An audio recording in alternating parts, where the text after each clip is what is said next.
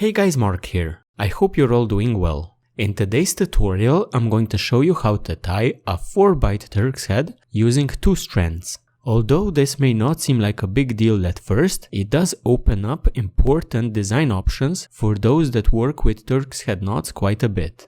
Basically, we usually use either 1 or 4 cords to form a 4-byte Turk's head. This option allows you to use only 2 cords to make a 4-byte Turk's head. As such, it may be of great use when decorating dog leashes as well as making smaller items like lanyards. Now, for this project, I decided to use a mandrel with pins, which I do not usually use, but for learning purposes, I think it does have its place here. So with this set, get a mandrel with 4 pins to each side, as well as a cord, and let's get to it. Here you can see my makeshift mandrel, consisting of a paper roll, as well as some pins that are pinned into a cork. This prevents them from moving.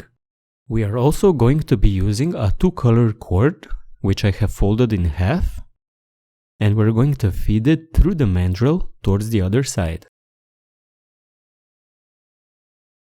We're now going to place the ends of our cord, one to each side,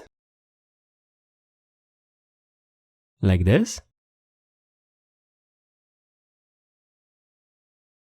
Then we're going to start wrapping our first cord around the mandrel. The more wraps you do, the longer your knot will be. Place your cord behind one of the pins on the right side. Then take the other cord and wrap around parallel to your first cord and come to the pin that is opposite to the first pin that you used. Now take your first cord again and wrap around towards the left side. Come over the standing end of your other cord and behind the next pin. With your other cord, again wrap around towards the left side. Come over the standing end of your first cord and behind the last pin on the left side. We're now going to take the first cord again and wrap around towards the right side, going parallel to the cords to the left and right, and end up at another pin on the right. With your other cord, again wrap around, going parallel to the cords to the left and right, and end up at the last pin on the right side. All there's left to do now is to split the parallel cords that go towards the left side. So we're going to start with an under.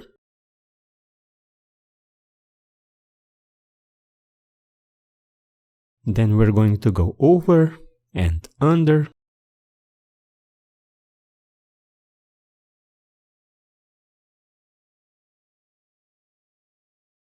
Then over and under.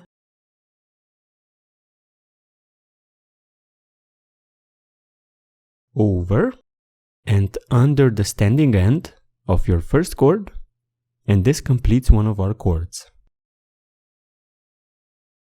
We're now going to take the second cord and do the exact same thing.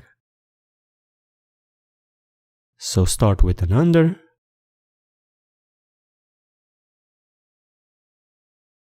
then go over, under,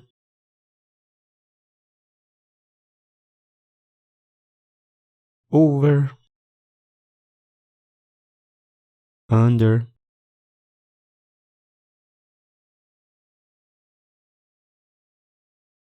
over, and finally under the standing end of your second cord.